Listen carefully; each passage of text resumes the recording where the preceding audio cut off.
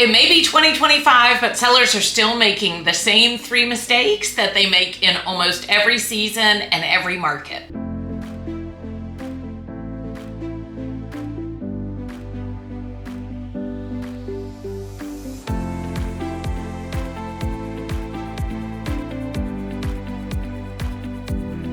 My name is Cindy Bennett. I'm an associate broker with Maison Real Estate Boutique in Richmond, Virginia, and I work in Richmond and all of the surrounding counties.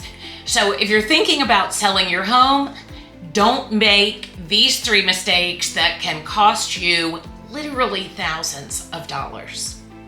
Mistake number 1, and this is probably the biggest one as we head into the 4th quarter of 2025. We are indeed in a shifting market here in Central Virginia. Overpricing in a shifting market is one of the biggest mistakes people make every year in every market. What does that mean? It means the comparable sales that you're basing your price on have to be current. You have to be in line with the market as it is now.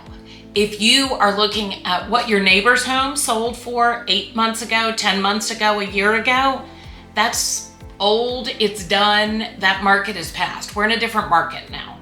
You have to look at what things are selling for now, what things are not selling for now, and adjust accordingly. Does that sometimes stink because it doesn't put you where you want to be? Yes, but trust me, pricing it right from the beginning is going to make a huge difference in the amount that you get when it actually does go under contract and close.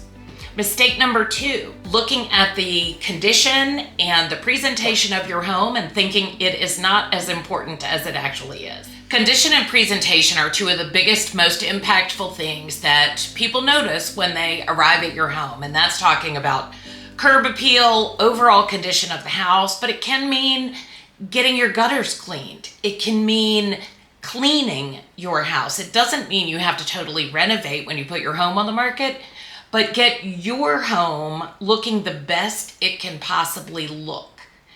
That makes a huge difference. And especially in a shifting market, when we're going into a time where things sell a little bit slower, buyers are a little bit more picky, we want to make sure that your home is getting shown off to the best of its ability, to the best of its looks. So whatever that means in your case, do that to make sure that buyers see that first impression and fall in love right away, rather than making a list of things they need to do, because once they do that, they're walking out. The 3rd biggest mistake is not having a good strategy that aligns the prior 2 things and puts them in line with the market.